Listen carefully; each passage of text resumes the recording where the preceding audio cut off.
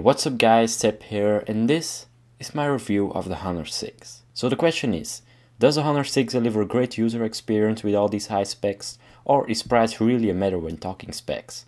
Let's find that out. So you heard me mentioning high specs, and by that I really mean high specs. Honor decided to give this device a high silicon Kyber 920 octa-core processor providing 1.3 GHz, a Mali T928 GPU with 3GB of RAM and 16GB of internal storage, which is expandable up to 64GB using a micro SD card. To power all of this, Honor decided to put a 3100 mAh battery in the device. While talking about the battery, it's fairly big enough for getting through a day of heavy usage. My average day is about 18 hours long, and mostly I have my 4G turned on for 10 of them. But surprisingly enough, at the end of the day I mostly still had around 18% of the battery left, which really is not bad at all. Now, the main reason why you can easily get so much usage out of this device is because it has a built-in power saving function. Here you can choose between different options for battery saving and also decide which apps you want to give permission to run in the background and which not. And it's worth mentioning that when you want to go very extreme with battery saving, there's an ultra power saving mode making your phone capable of only calling and texting. Of course, one of the reasons why your battery drains is because you use it, and while using it you have the screen turned on. The screen that can be found on the Honor 6 is a 5-inch 1080p display with a pixel density of 445 pixels per inch. It's not the highest resolution screen, but it's by far more than clear enough. But let's have a further look around the device. In other words, let's have a look at the design of this phone.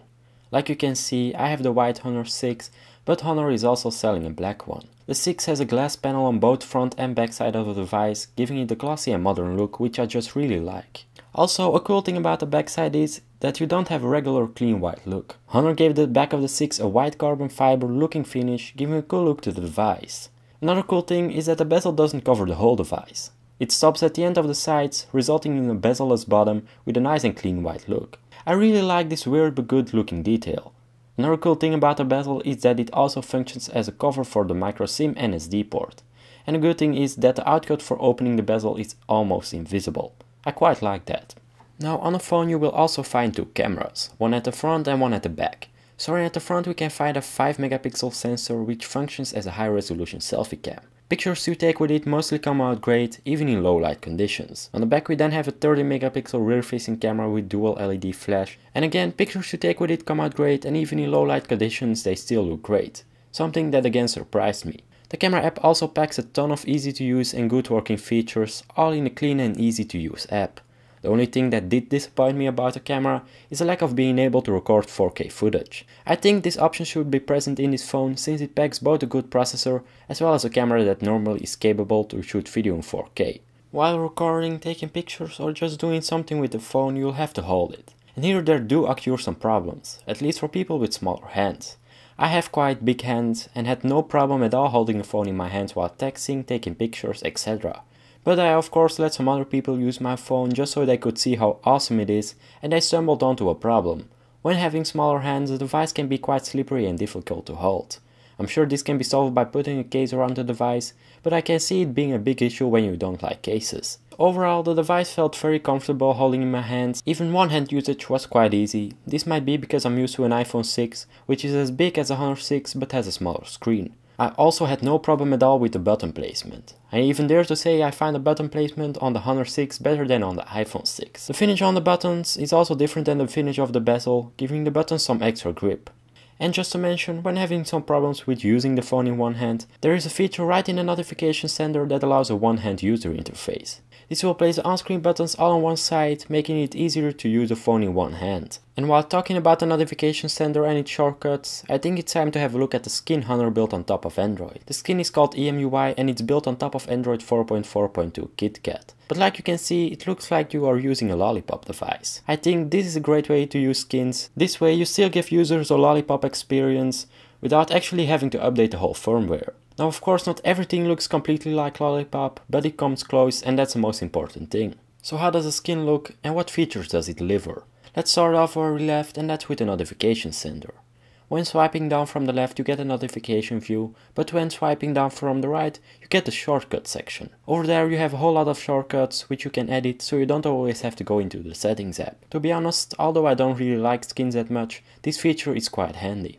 The feature I just don't like about the skin on the Honor 6 is that you can choose between themes, because themes not only change the system colors etc, but they also change the way your icons look. I found it quite irritating that all the icons didn't look like how they were designed and all received an iOS-like icon. Not that iOS icons are bad, but I rather have stock Android icons because when using Android they are just a lot nicer. I also didn't really like the stock launcher because I like to use Google Now, and that's why I went for the Google Now launcher that can be found in the Play Store. The launcher is just perfect for me and delivers a stock home screen experience. So overall I don't really mind the skin on top of Android that much, since almost everything I wanted to change to it was changeable. The Honor of course doesn't only come with a skin on top of it, it also has some pre-installed apps. These apps go from games like Asphalt 8 to its own pre-installed backup app where you can back up everything from contacts to even apps. You also have Batches, which is like Google Drive, a Lollipop-like calculator, a calendar app, which are replaced by Google's calendar app, a clock app which looks an awful lot like an iOS 8 app, and you still can go on for quite some time. I found most of these apps quite good looking and well functioning, so that's why I only replaced some of them.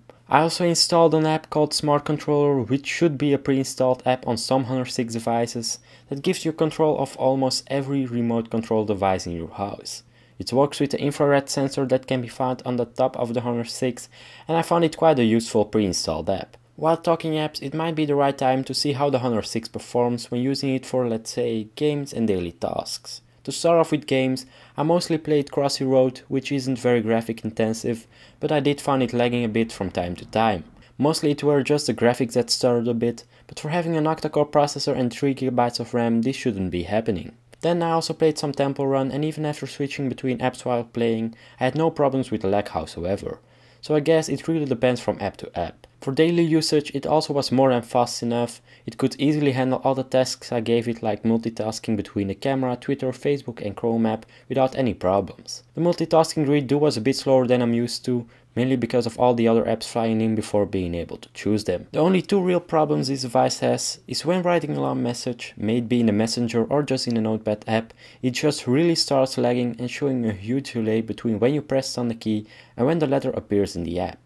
Another big issue is that when the device gets hot, mostly when you charge it, it also starts to lag a lot. I don't know whether this is software or hardware related, I just know it needs to be fixed. Now when using an app, especially an app like the YouTube app, you probably turn your volume on. And when doing so your speaker provides you from the sound. The Honor 6 its speaker sounds pretty clear, but the sad thing about it is that it's placed on the back of the device. So when you hold the device in your hands, chances are that you cover the speaker. Not that this can be solved, you just can hold it in your other hand, but I found it worth mentioning. Now you of course also need to store all of the above on your device, and doing so can be quite hard because you only have 16GB of internal storage on paper. But in reality you only have 11.44GB of internal storage available, which isn't a lot.